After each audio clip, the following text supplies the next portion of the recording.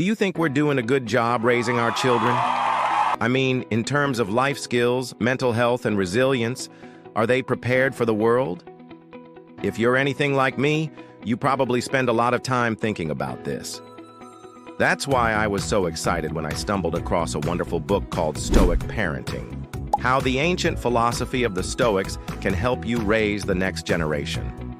It's written by Mason Curry, who also wrote Daily Stoic. He interviewed dozens of modern experts, philosophers, and psychologists to really dig into what makes a Stoic parent and how Stoicism can help your kids be resilient, emotionally intelligent, empathetic, and independent thinkers. In this episode, I want to share some of their lessons with you, especially around two concepts that Stoic parents use to raise confident kids: self-discipline and negative visualization. These are two of my favorites because they helped me become more resilient as a parent, which means I can model that behavior for my own kids and create a calmer home environment. What does a Roman child look like? Back then, if you were a child in Rome, life wasn't easy. As soon as they could walk, kids were expected to do little tasks for their family.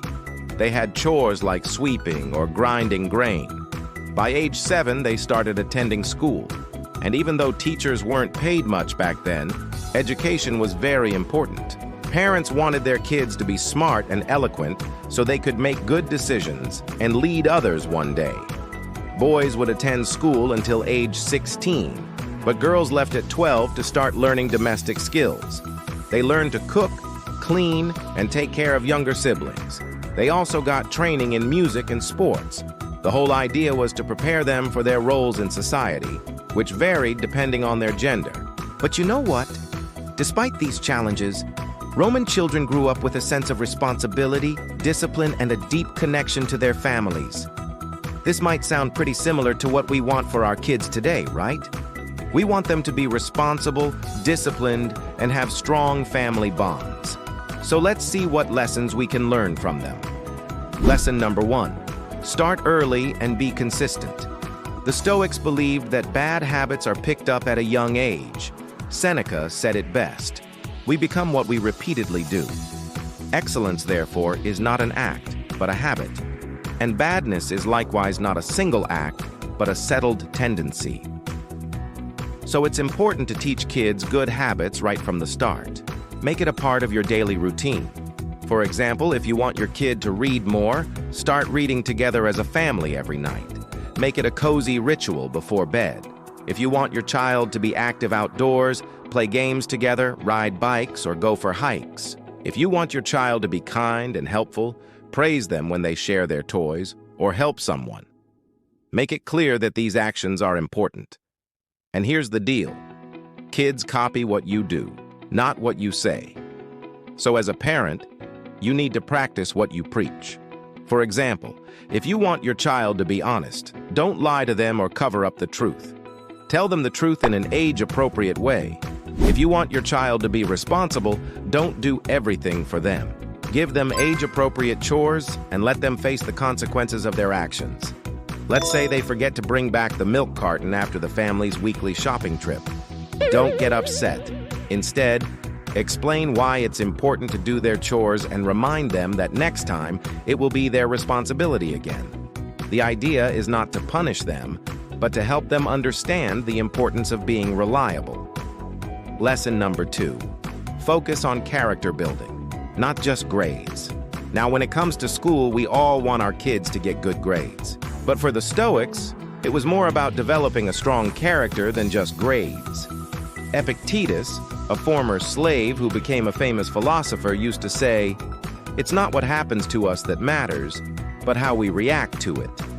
What he meant is that it's not the grades that define our kids, but how they handle the challenges they face.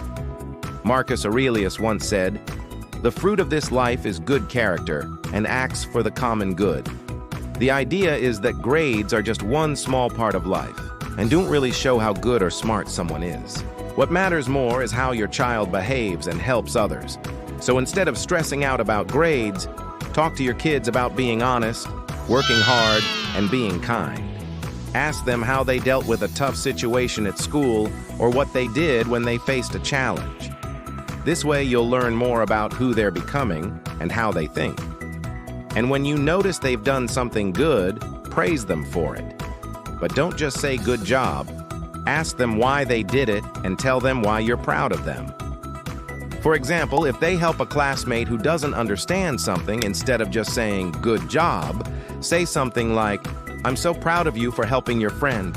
It's important to be kind and helpful, and you did just that. Lesson number 3, teach self-discipline through reason. The key to Stoic parenting is teaching kids to be self-disciplined.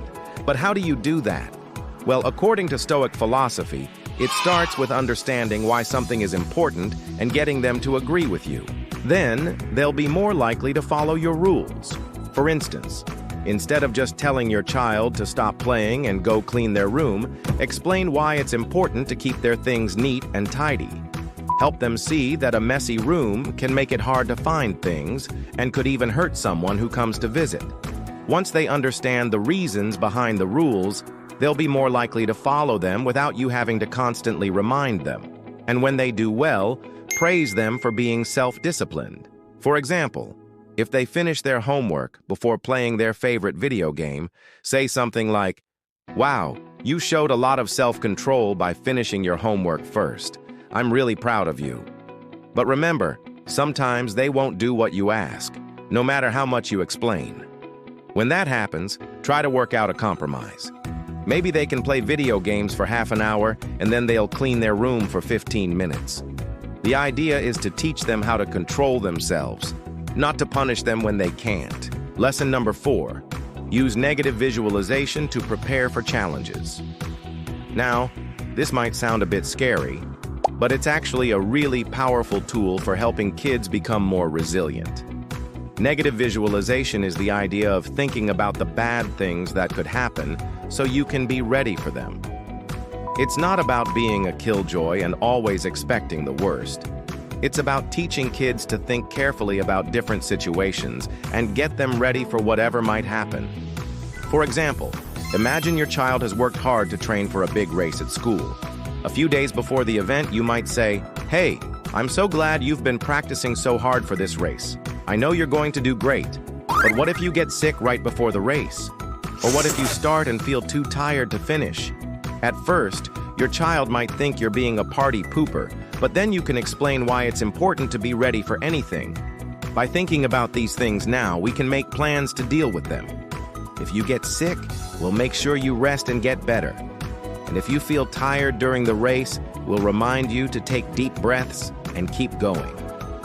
By doing this, you're helping your child learn that challenges are a normal part of life and that it's okay to feel scared or worried.